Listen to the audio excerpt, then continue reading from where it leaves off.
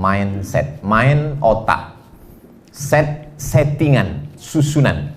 Jadi di sini memang sudah disetting. Ini laki-laki, ini perempuan. Di sini letak kamera, di sini letak pembawa acara, di sini letak Pak Ketua, di sini penceramah. Ini settingan. Nah, ada settingan itu yang rusak, dan settingan itu berada di kepala kita. Maka disebut dia dengan mindset. Mind otak, set settingan, susunan otaknya itu salah. Kalau bahasa orang di pasaran, kenapa dia begitu? Melintang otaknya, sungsang otaknya. Mohon maaf, mungkin kasar. Tapi memang begitulah yang terjadi. Mind, otak, set, settingan, susunannya. Ada juga yang mengartikan mindset ini lain. Mind, otak, set, setan. Mindset, otak, setan. Kalau bicara dengan dia yang baik-baik 5 menit pertama aja. Masuk ke 6, setan udah mulai bekerja. Na'udzubillah. Jadi mindset itu orang sudah mengkotakkan, menempatkan Abdul Somad sebagai ustadz terkenal. Ini meniru bahasa Pak Ketua tadi, katanya bukan kaleng-kaleng. Jadi karena dia ustadz terkenal, tampil di TV, sudah begitu di mindset jamaah, maka kalau mengundang dia, yang pertama mesti ditanya honornya berapa. Yang kedua, hotel bintang. Yang ketiga, tiket pesawat dia mesti yang bisnis. Yang keempat, mesti itu dan ini. Begitulah sudah mindset di kepala mereka. Sementara mindset yang ada di kepala saya, bahwa saya tamat dari Al-Azhar Mesir. Ketika dulu kami belajar di Mesir, waktu itu sedang krisis. Dolar melambung 20.000 waktu itu. Anak Indonesia mau dipulangkan. Ada orang Mesir baik namanya Muhandis Abdus Salam, peternak ayam, yang memberikan bantuan 300 pon sebulan. Lalu kami berkumpullah, berjumpa dengan dia. Kami tanya, Muhandis Abdus Salam, kamu banyak sekali menolong kami. Apalah yang kau inginkan dari kami? Apa kata Muhandis Abdul Salam? Tak usah kalian doakan saya. Pulang kalian ke Indonesia, sebarkan Islam ini. Itulah yang ada di mindset kepala saya. Jadi kalau orang tidak paham, dia tanya, ngapain Ustadz masuk ke suku Talang Mama, suku Akit, suku Laut, Anak Dalam, suku Kubu, suku Kubu kemarin saya baru pulang, Kubu dengan Anak Dalam. Kemudian sebelumnya suku Laut, suku Talang Mama, Talang Perigi, Talang Jerinjing, masuk semua. Karena mindset bahwa saya mesti menyampaikan ini. Karena kalau tidak saya akan ditanya di hadapan Allah Subhanahu wa ta'ala. Ini pentingnya mindset kita. Karena kalau salah ini luar biasa. Sebagai ustadz, kalau saya posisikan diri saya mesti dilayani orang.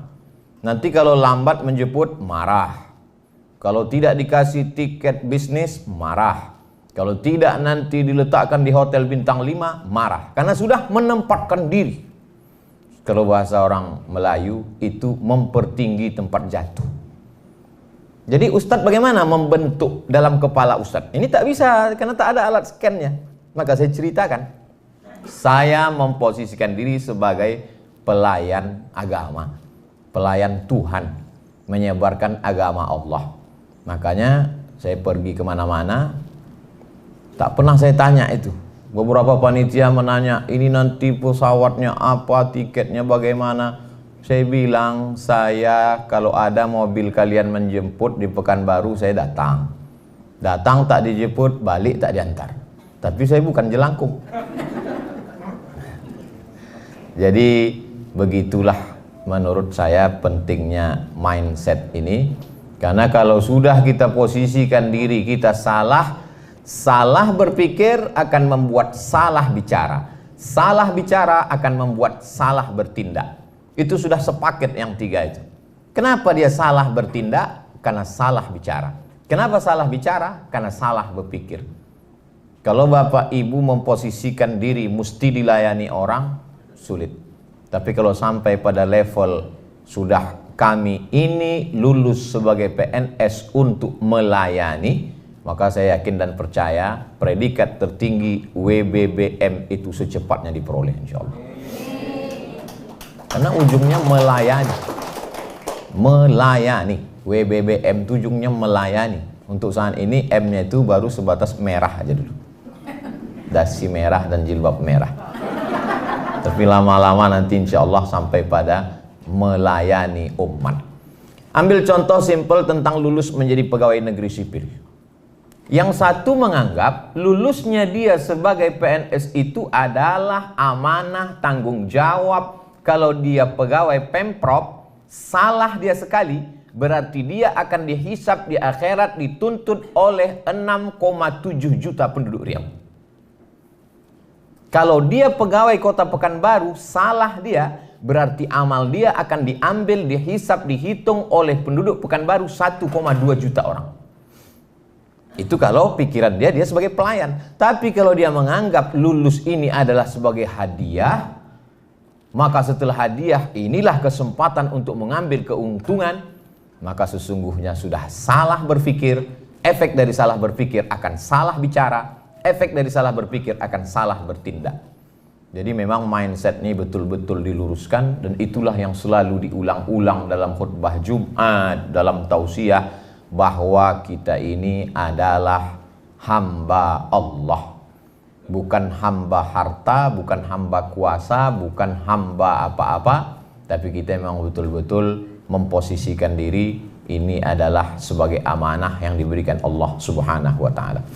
Kalau ada dua anak lajang mau meminang anak gadis, cantik jelita, rupawan, bangsawan, berdarah biru, ketika fit and proper test ditanya, kamu bisnis pak, kamu PNS, kira-kira ibu sebagai ibu yang melahirkan anak gadis tadi milih PNS atau yang tak PNS? Diam tuh dalam hadisnya as-sukutu alamatur ridho, diam tanda setuju. Orang akan milih PNS karena PNS ada jaminan, PNS ada kesejahteraan, PNS ada masa depan. Jadi menjadi PNS satu sisi adalah hadiah prestasi, tapi di sisi lain juga adalah tanggung jawab di hadapan Allah Subhanahu wa taala. Saya yakin dan percaya Pengadilan Tinggi Agama Pekanbaru mendapatkan wilayah bebas korupsi itu adalah karena mindsetnya yang sudah lurus tadi, insya Allah. Amin. Tapi lurus pagi bisa bengkok siang. Itulah makanya kita selalu diajarkan untuk istiqomah, karena godaannya yang luar biasa.